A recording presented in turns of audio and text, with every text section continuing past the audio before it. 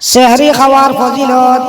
হাদিস শরীফের অর্থ হযরত আব্দুল্লাহ ইবনে ওমর রাদিয়াল্লাহু তাআলা আনহু হইতে বর্ণিত আছে যে রাসূলুল্লাহ সাল্লাল্লাহু আলাইহি ওয়াসাল্লাম ফরমাইয়াছেন, আল্লাহ জাল্লা শানুহু এবং তাহার ফেরেশতারা তাহাদের প্রতি রহমত নাজিল করেন যাহারা সেহরি খায়।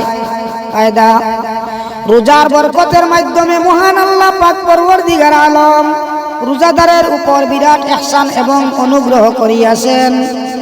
এই অনুগ্রহ হইতেছে সেহরি খাওয়া। উম্মতের জন্য ইহাকে সওয়াবের জিনিস করা হইয়াছে। সেহরি খাওয়ার কারণে উম্মতকে সওয়াব এবং ফজিলত দেওয়ার কথা জানানো হইয়াছে। আল্লামা আইনি সেহরি খাওয়ার ফজিলত সম্পর্কিত 17 জন সাহাবী হইতে বর্ণিত হাদিস উল্লেখ করিয়াছেন। সেহরি খাওয়া মুস্তাহাব বলিয়া উম্মতের ইজমা রহিয়াছে।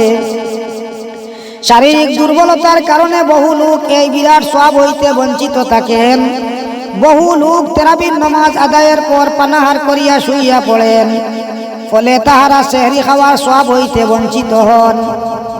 আরবি অভিধানে সেহরি সেই পানাহারকে বলা হয় যাহা শেষ রাত্রে আহার করা হয়। কামুস গ্রন্থে উল্লেখ করা হইয়াছে। উক্ত গ্রন্থে উল্লেখ আছে যে রাত্রি অর্ধেক অতিবাহিত হওয়ার পর সেহরির সময় শুরু হয়। কাশাফ তাফসিরের লেখক রাত্রের শেষ ষষ্ঠাংশকে সেহরির সময় বলিয়াছেন, অর্থাৎ রাত্রিকে 6 ভাগে ভাগ করিয়া উহার শেষ অংশ।